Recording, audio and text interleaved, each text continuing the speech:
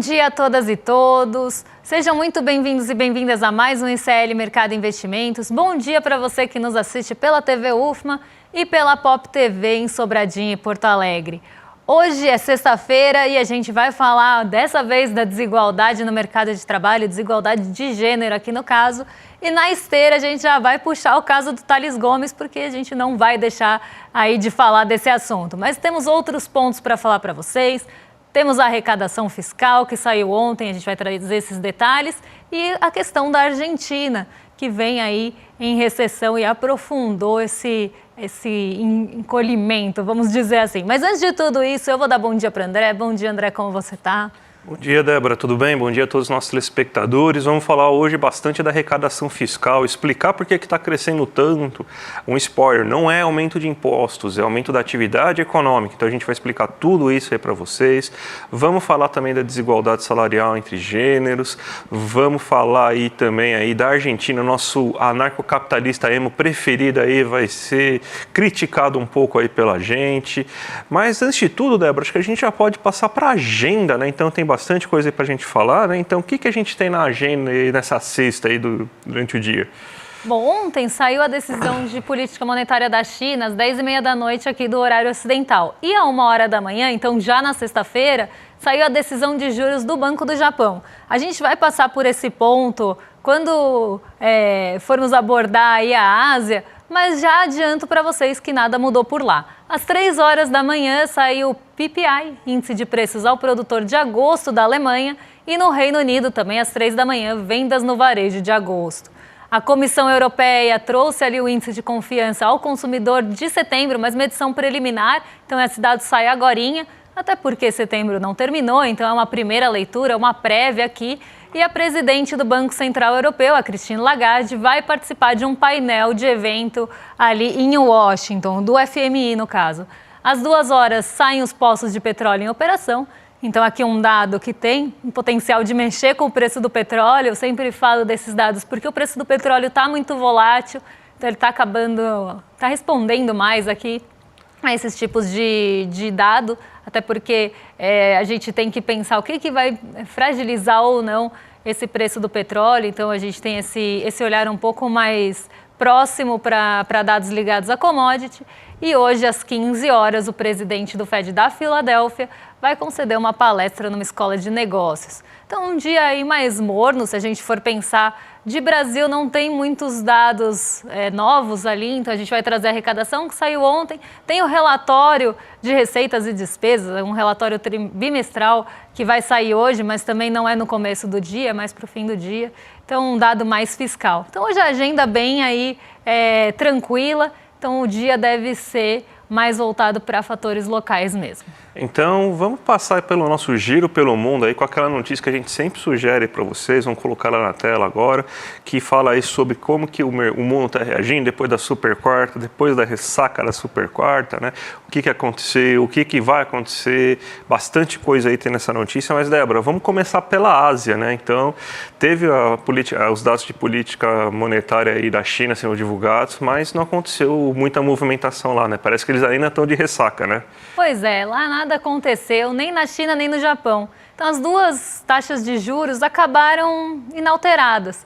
Não mudou a taxa de juros de referência japonesa, mas o presidente da instituição, do Banco do Japão, já deu os sinais ali que, caso os dados econômicos apontem para uma necessidade de estreitamento da política monetária, eles vão fazer isso. Então, eles podem subir juros nas próximas reuniões. Esse foi o recado que ficou da reunião da decisão de política monetária japonesa. Então, por mais que a taxa de juros lá não tenha subido agora, esses dados ficaram em aberto aí para a próxima reunião. Na China, que se tinha uma grande expectativa, porque eram taxas de juros de referência de 1 e 5 anos, e isso tinha ali como um poder de estimular a economia chinesa, tinha uma grande expectativa realmente em relação a isso, também não teve mudança. Então, a taxa de juros chinesa ficou inalterada, e isso trouxe, inclusive, um movimento mais negativo para bolsas ligadas à China. Então, a gente está falando aqui principalmente do Xangai Composto, né, que é o principal índice chinês, e do Shenzhen, que é o menos abrangente, e outras bolsas que têm mais ligação com a bolsa chinesa de fato. Então, esse movimento aconteceu por lá. E no Japão, as bolsas foram para o terreno, a bolsa foi para o terreno negativo e o Nikkei 225 por consequência também, respondendo a essa manutenção dos juros, porque se subisse os juros lá, ia ter uma diminuição do apetite pelo risco e o Nikkei 225 poderia sofrer um pouquinho. Então o Nikkei 225, vou até colocar aqui na tela para vocês, hoje subiu 1,53%, ficou no terreno positivo, apesar da decepção com a taxa de juros chinesa. Para o Nikkei 225, nesse momento, a manutenção foi positiva justamente para não diminuir tanto o apetite pelo risco. E isso fez também com que não tivesse um diferencial tão grande em relação ao iene e o dólar, porque se subisse a taxa de juros lá, em um momento que os Estados Unidos cortaram a taxa de juros básica do estadunidense, poderia ter um diferencial aumentado. E esse diferencial aumentado poderia fazer com que entrasse recurso no Japão e fortalecesse o iene. Não foi o que aconteceu. O iene enfraqueceu hoje frente ao dólar e esse fortalecimento do dólar, é o que eu sempre explico aqui, favorece as empresas exportadoras japonesas, que são a maior parte do Nikkei 225. Até porque o Japão tem ali uma tendência, até por sua geografia, de ser exportador. Então ele tem esse mercado interno muito pequeno e as empresas acabam trabalhando mais para exportação. Se a gente tem um dólar valorizado, isso favorece as empresas exportadoras. Então o Nikkei 225 também se beneficia desse cenário, não só pelo apetite pelo risco. Então aqui a gente tem um movimento realmente mais positivo no Japão, mas outras bolsas asiáticas respondendo aí à manutenção dos juros na China e indo para o terreno negativo. Vamos para o Brasil agora, Débora. Acho que nosso primeiro assunto é arrecadação fiscal, né? Exatamente. Vamos falar aí da arrecadação aqui no Brasil. Essa arrecadação aí, mais uma vez, aí, recorde, né? Então, todo mês a gente está batendo recorde de arrecadação. O fiscal vai muito bem, obrigado. Diferente do que dizem aí os analistas de mercado, que estão puxando os cabelos aí, porque não consegue chegar tão próximo assim do déficit zero aí quanto eles gostariam, mas a gente está cada vez arrecadando mais de 200 bilhões aí em agosto sendo arrecadado. Se a gente juntar tanto as receitas administradas pela Receita Federal quanto as receitas administradas por outros órgãos, e a gente já chegou em 1,73 trilhões de reais arrecadados até esse momento no ano. A gente até preparou um gráfico aqui para vocês, para mostrar aí como que está a evolução aí dessas receitas aí, ó. A gente tem aqui as receitas administradas pela Receita Federal, você teve um aumento real, isso daí já descontado a inflação, de 9,41%.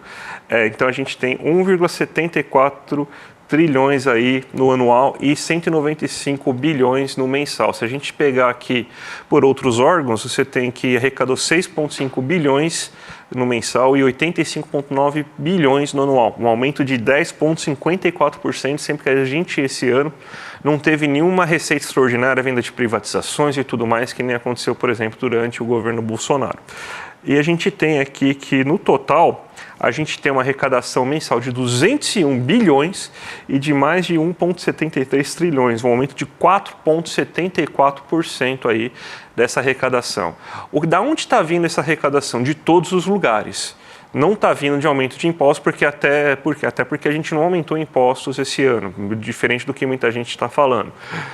A gente teve aumento considerável aí de arrecadação vindo da massa salarial, ou seja, de pessoas que estão trabalhando e você paga imposto de renda, da massa salarial ou daquela parte aí que vem aí de PIS/COFINS, de PIS/COFINS/PASESP, que é justamente aquela parte que fica já diretamente na folha que a empresa paga. Então essa é a maior contribuição que tem, mas em todos os ramos a gente vê um aumento da massa salarial. A gente tem aumento da massa salarial, a gente tem aumento dos impostos, da arrecadação de impostos sendo da indústria, dos serviços, do comércio, até da importação a gente está vendo esse aumento. Então isso é resultado de um aumento da atividade econômica que a gente está vendo no Brasil. A gente está com menor desemprego, a gente está com mais renda, aumento real de renda, as pessoas estão gastando mais com bens e serviços, a indústria também está aquecida, está investindo, está esperando uma demanda futura boa, então ela também está produzindo mais esse mês, está se comprando muita coisa e tudo isso está resultando em aumento de arrecadação. Quando você gasta, você tem, então, impostos sendo cobrados daquilo que você gasta. Então, esse aumento da arrecadação, aí a gente vai ter hoje, provavelmente, a parte das despesas aí também sendo divulgadas, mas isso aí tudo está sendo aí benéfico para a economia brasileira, porque isso daí simplesmente é um termômetro que mostra que a gente está muito bem, sim senhor, a gente está com uma economia aquecida e pungente, Débora. E agora a gente vai falar de um assunto que me traz aí um pouco de desconforto e revolta, e vocês vão perceber ao longo do tempo que eu for falando sobre isso, que é a desigualdade de gênero no mercado de trabalho. Porque saíram dados recentes, inclusive medidos, aí uma nova medição dos salários e da desigualdade, até porque a gente teve aquelas medidas sendo tomadas para diminuir essa desigualdade, só que isso não aconteceu. Então eu montei um gráfico, um painel aqui, na verdade, para a gente ver, de uma forma tangível, como é que está, né, essa desigualdade salarial entre homens e mulheres, e mais do que isso, também com alguns recortes raciais. Então vou colocar aqui, né, de cor, na verdade, enfim, a racial é o nome que é dado aqui pro tipo de recorte, pela metodologia, mas vamos falar aqui como recortes de cor. As mulheres receberam, em média, R$ 3.565,48 no ano de 2023, enquanto os homens receberam, em média, R$ 4.495,39. Essa diferença dá quase 21%. Então, no ano de 2023, as mulheres receberam 21% a menos do que os homens, considerando os mesmos cargos. Então, a gente está falando aqui de uma mulher e de um homem numa mesma posição de cargo, enfim, deveria ser de salário também, mas as mulheres ganhando 21% a menos. Se a gente compara esse mesmo recorte com questões de cor, então a gente está falando de homens brancos e mulheres negras. Homens brancos receberam R$ 5.464,29 em média durante o ano de 2023, e as mulheres negras, R$ 2.745,29. Uma diferença de quase 50% aqui, mais de 50%, na verdade, entre o ganho médio de um homem branco e de uma mulher negra. Então, a gente vê, né, nesses dados, nos dados levantamentos que foram feitos para medir essa desigualdade, que inclusive essa desigualdade aumentou um pouco no ano de 2023. Sai ali de uma diferença que antes salarial de gênero somente era de 19% para quase 21%. Então, as medidas ainda não tiveram um efeito que se esperava na igualdade salarial. Quando a gente olha na diversidade, inclusive, e na contratação das pessoas, 42,7% dos estabelecimentos que tinham pelo menos 100 empregados, as mulheres pretas ou pardas representavam só 10% do contingente de funcionários. Então, os outros 90%, provavelmente ali, eram homens, na sua maioria, ou mulheres brancas. Então, isso mostra e joga na nossa cara que a gente tem um trabalho muito longo ainda para fazer e um caminho muito longo para percorrer, para trazer uma igualdade salarial, uma igualdade de gênero aqui. E eu acho que isso vai muito além do que a gente está vendo aqui. Tá? Então, o que eu queria trazer, e eu quero que vocês prestem bastante atenção no que eu vou falar agora, é que além da diferença salarial que a gente pode ter, a desigualdade de gênero, ela vai muito mais profundamente que isso. A gente tem muito mais problemas muito mais enraizados quando a gente fala de desigualdade de gênero. Uma mulher, né, e eu fico realmente abalada com isso, porque uma mulher, ela precisa estudar muito mais. Ela precisa trabalhar muito mais do que um homem para mostrar o seu valor e para se fazer ouvida. Muitas vezes, e eu acho que isso tem um pouco daquele pacto que também existe na branquitude, que a gente tem que combater sempre para não cair nisso inconscientemente, que é, se tem uma pessoa branca e uma pessoa preta falando a mesma coisa, provavelmente o holofote vai ser dado para a pessoa branca. Então isso já acontece por uma questão estrutural racista do nosso país. E eu acho que isso também acontece de uma forma inconsciente num pacto que existe de gênero também, e de homens, que muitas vezes vão jogar o holofote, principalmente em assuntos que a gente está mais acostumado a ver homens falando. Então, eu trabalhei 12 anos no mercado financeiro. Eu cheguei a ter equipes que só minha equipe tinha mulheres, porque a chefe era mulher. todas as outras equipes não tinham mulheres. Só a nossa equipe tinha mulheres. Então, veja a diferença que se tem em relação a isso. E muitas vezes as mulheres se preparam mais, estudam mais e precisam realmente trabalhar mais para mostrar que tem ali alguma... para serem vistas, pelo menos. Não, porque ouvidas já é muito difícil. Mas para começar a ter alguma visibilidade, para começar a ter algum reconhecimento. E eu acho que esse pacto existe também entre os homens. Porque se você coloca uma mulher e um homem falando a mesma coisa, provavelmente o holofote vai para o homem. Então, e isso acontece muitas vezes de forma inconsciente, reforçado pelas próprias mulheres. Porque a gente tem realmente essa construção machista da nossa sociedade. E isso acaba impactando na forma que as pessoas são ali colocadas, são ouvidas. A mulher normalmente é usada para ser objeto de cenário. Eu falo objeto porque existe uma objetificação da mulher. De ser ali uma peça de cenário e ficar dando suporte para o homem, por exemplo. Então isso é muito triste e são raízes muito mais profundas e que a gente sente em várias esferas. E eu, como mulher, eu posso falar isso. A gente sente em várias esferas que parece que a gente está, às vezes, só enxugando um gelo também. A gente está sempre trabalhando e tentando conquistar o nosso espaço. E muitas vezes isso não é nem reconhecido, porque já existe ali uma saída na frente, por exemplo, dos homens numa questão de gênero.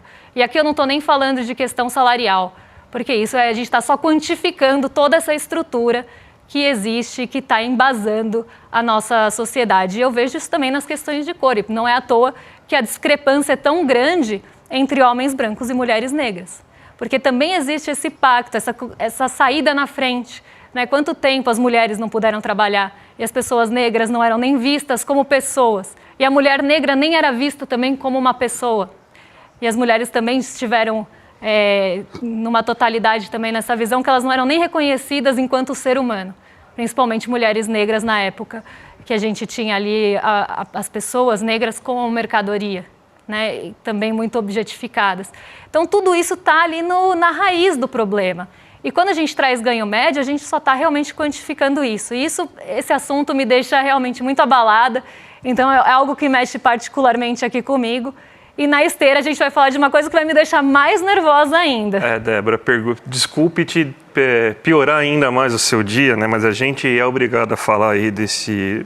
Não sei como a gente pode chamar. Eu vou deixar para você todo o tempo necessário para você descer a lenha nesse cara aí. Então, vamos dar o nome aos bois, né? O Thales, qual que é o nome dele? Thales Gomes, né?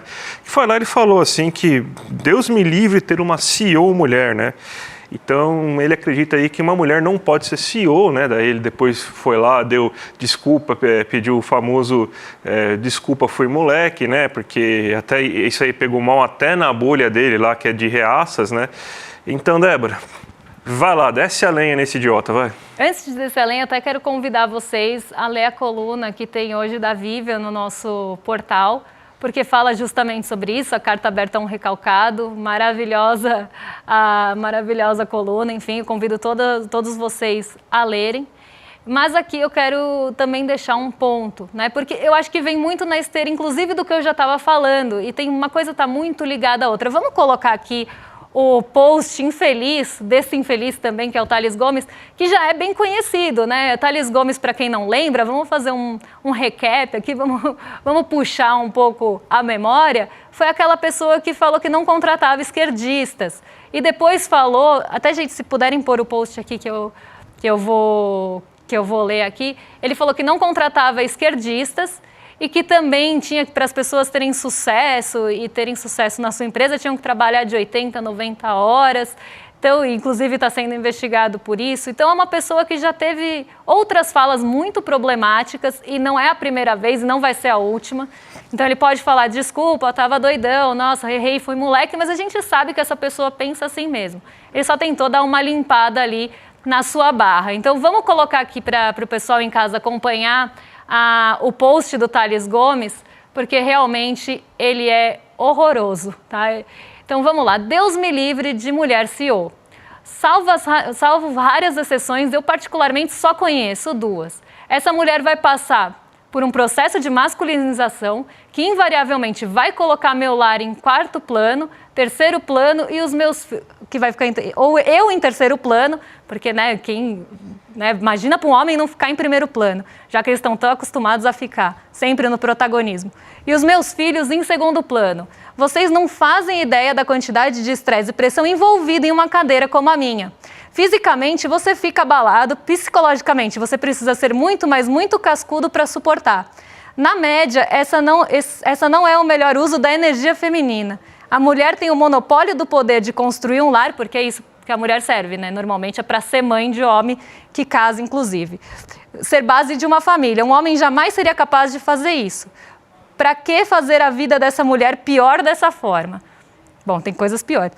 O mundo começou a desabar exatamente quando o movimento feminista começou a obrigar a mulher a fazer papel de homem. Na verdade, ninguém está obrigando, porque ninguém quer assumir papel de homem. Hoje vejo um bando de marmanjo encostado, trabalhando pouco, dividindo conta com a mulher. Eu entendo que temporariamente pode acontecer, eu mesmo já passei por isso no passado, mas tem que ser algo transitório. Homem tem que ter condições de bancar a mulher e não o faz, está perdendo o maior benefício de uma mulher, que é o uso, aí cortou, mas que é o uso da energia feminina nos lugares certos, que é o lar e a família. Então, o Tales Gomes, o que ele quer? Ele quer a mulher bela, recatada do lar, para ser ali provavelmente a mãe dele, né? Para só servir a ele, porque normalmente é isso que esse tipo de gente procura, não quer alguém que quer construir algo com ele, mas alguém ali para ficar cuidando, né, da casa e dele, e ele também não quer ser colocado em outro plano que não seja o primeiro, né? Porque realmente para um homem deve ser muito difícil sair desse primeiro plano que é tão construído também ao longo da vida. Mas o que eu queria chamar a atenção aqui não é nem para isso. Primeiro que ninguém quer tomar papel de ninguém aqui, né? Normalmente, quando a gente está falando de movimento feminista, a gente está falando de luta por igualdade, luta por reconhecimento, e aqui reconhecimento muitas vezes que estão também em pé de desigualdade se a gente abre o feminismo, porque o feminismo também não é homogêneo. Tem pessoas que precisam ainda lutar muito mais para serem reconhecidas, como eu falei. Né, a luta da mulher negra, por exemplo, é diferente da mulher branca, porque enquanto a mulher branca estava lutando pelos seus direitos de voto no sufrágio, mulheres negras estavam lutando para serem reconhecidas enquanto pessoas, enquanto seres humanos. Então, a gente já vê que tem uma discrepância aí. Então, ninguém quer tomar seu lugar, não. Longe disso, ninguém quer ser essa pessoa. Agora, falar que uma mulher não tem capacidade porque ela não é cascuda, porque a mulher não tem que usar a energia feminina dela para isso, porque a energia feminina foi feita para cuidar da casa. Olha, eu não sei nem o que dizer para uma pessoa dessa. Bom, a gente já sabe como, dos outros pronunciamentos, a gente já sabe o que ele é. Eu não vou nem falar aqui porque eu não quero nem usar palavras de baixo calão e nem tomar processo. Mas o Tales Gomes já colocou ali vários pontos que mostraram esse pensamento dele. Né? E aqui ele coloca mais uma vez rebaixando a mulher como se ela não tivesse capacidade de atingir um cargo como esse e de levar isso adiante. Então aqui eu vejo mais um espelho e mais um reflexo do que a gente estava falando até agora. Que parece que a mulher nunca é boa o suficiente e ela tem que ficar ali no seu papelzinho contido, realmente de bela, recatada e do lar, de uma pessoa que não vai ali se meter nesses outros assuntos, porque realmente isso começa, se a mulher começa ali a ter noção do seu poder e aonde ela pode chegar, ela vai colocar essa estrutura em risco também. Isso não interessa para uma pessoa que nem o Tales Gomes, né? E tantas outras. Então, a gente precisa refletir, e eu queria falar muito mais sobre isso, mas já são 11h21, então não vou me estender tanto. Mas aqui eu quero também fazer com que vocês leiam, né, como eu li aqui em voz alta, foi até difícil de ler, porque a minha voz começou a ficar até um pouco embargada, porque é uma coisa que me causa muita revolta mesmo. Eu fico nervosa de verdade com esse tipo de posicionamento. E aí depois a pessoa vem falar, ai, desculpa, quem me conhece sabe, eu errei. Não era isso que eu estava querendo falar. Era isso que você estava querendo falar, sim, assim como era o que você estava querendo falar quando falou que não contratava esquerdistas e que as pessoas tinham que trabalhar 90 horas. Você quer pessoas que te sirvam, você quer pessoas que te sirvam na sua empresa, quase ali como talvez, escravo, porque 90 horas semanais. Você quer uma pessoa, você não quer qualquer pensamento crítico na sua empresa, porque aí também talvez não te sirva. vai começar a criticar, pode trazer algum outro tipo de pensamento, você não quer a diversidade. Normalmente essas pessoas, inclusive, Thales Gomes deu entrevista para um podcast que tem aí na direita, e eu vi, porque eu tenho alguns perfis que eu sigo só para ver o que está sendo falado.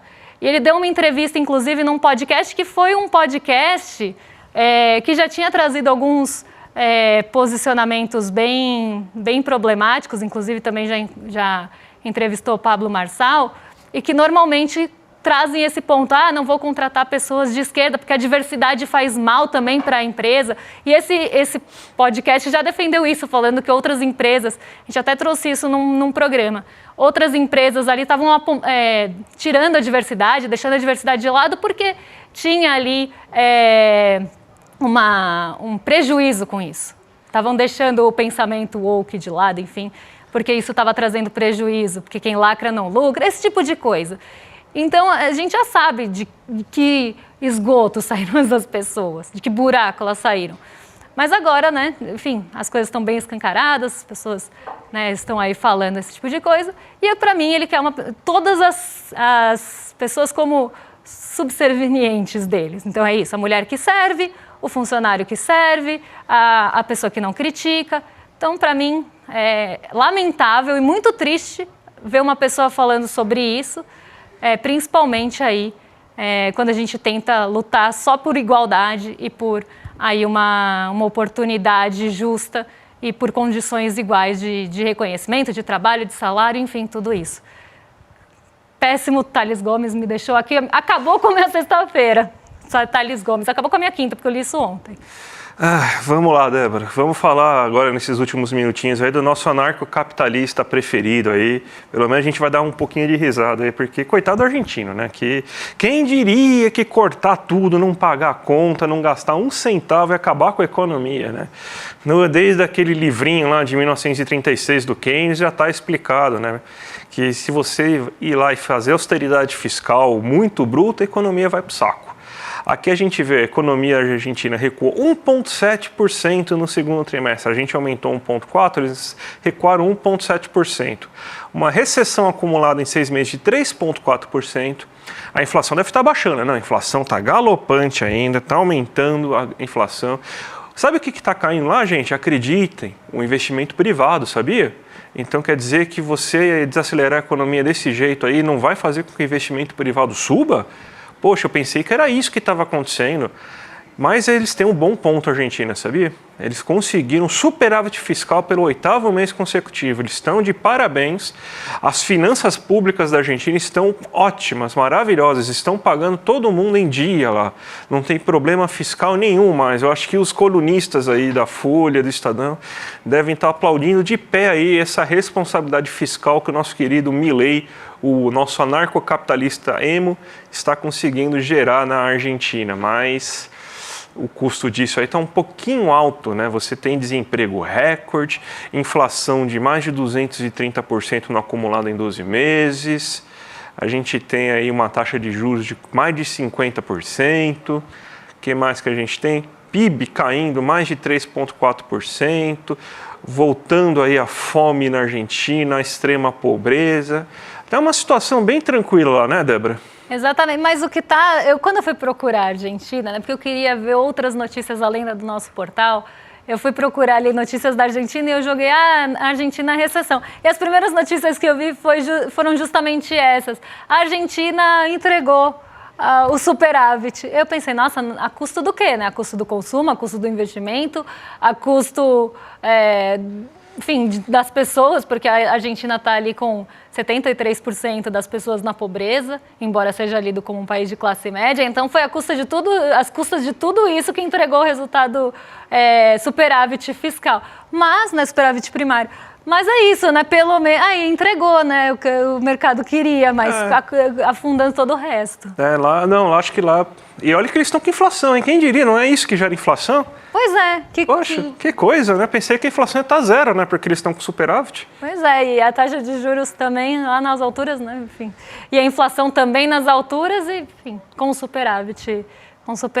Vamos sextar, Débora? Vamos sextar. Mas vamos vender antes as coisas aqui, porque tem novidade para vocês. Para quem não viu, Hoje ainda está liberado o replay aí da live que teve ontem aí, o nosso primeiro documentário aí, Bets, o jogo sujo que ninguém comenta. Vale muito a pena a gente ver, gente, vale muito a pena. Então a gente está liberando o replay aí por tempo limitado e a gente também está liberando também os brindes. Para quem não sabe, aí a gente teve ontem Nath Finanças, Chico Sá, Eduardo Moreira comentando logo depois aí do documentário. O documentário mostrou muita coisa pesada, inclusive de famílias destruídas pela Bet, um mal que isso está fazendo.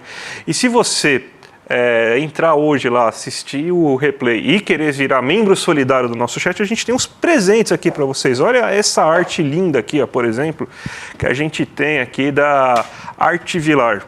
Olha que bonito aí, gente. Então, vocês vão ganhar uma arte dessa aí, exclusiva. E tem os livros aqui, ó. Deixa eu pegar os livros aqui para vocês. Aqui tudo do meu lado. Espero que o quadro não caia e faça barulho. Tem 2 livros, ó. Do Nassim Taleb aqui, Iludidos pelo Acaso. E também o livro do Juca Kfouri, Confesso que Perdi Memórias.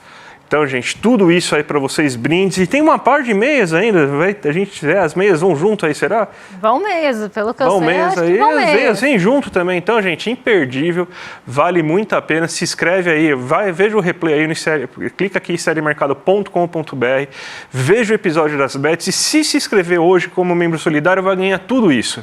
Não dá para perder, hein? E assistam o documentário porque ele tá show, tá incrível. Eu vi e não vou dar spoiler, mas ele tá incrível, tá muito bom mesmo. E agora vocês vão sextar, porque a gente vai sextar por aqui, mas melhor do que sextar por aqui. E fez barulho, hein? E caiu o quadro. E caiu. Virou o assunto. E agora vocês vão sextar com o rolê, porque nada melhor do que dar rolê para sextar. Então vocês ficam em excelente companhia a partir de agora e a gente volta na segunda-feira para trazer os principais pontos do dia. Um beijão e até lá. Até mais, gente. Tchau, tchau. Virou o assunto. Todo mundo só comenta o lançamento da nossa série documental Bets, o jogo sujo que ninguém comenta. Pois é, o pessoal não comenta as bets, mas está todo mundo comentando o nosso documentário. E como acontece em jogo de futebol, gol bonito tem que ter replay. E foi um golaço que o ICL fez. E a gente resolveu liberar o replay para vocês poderem assistir esse lançamento. O lançamento vai ficar disponível por pouco tempo aqui para vocês poderem assistir nesse replay. Então clica, vai ser direcionado, assiste e faz parte, junto com a gente, desse movimento para enfrentar uma das maiores doenças que tomou conta do nosso país. Um abraço e bom espetáculo para vocês assistirem.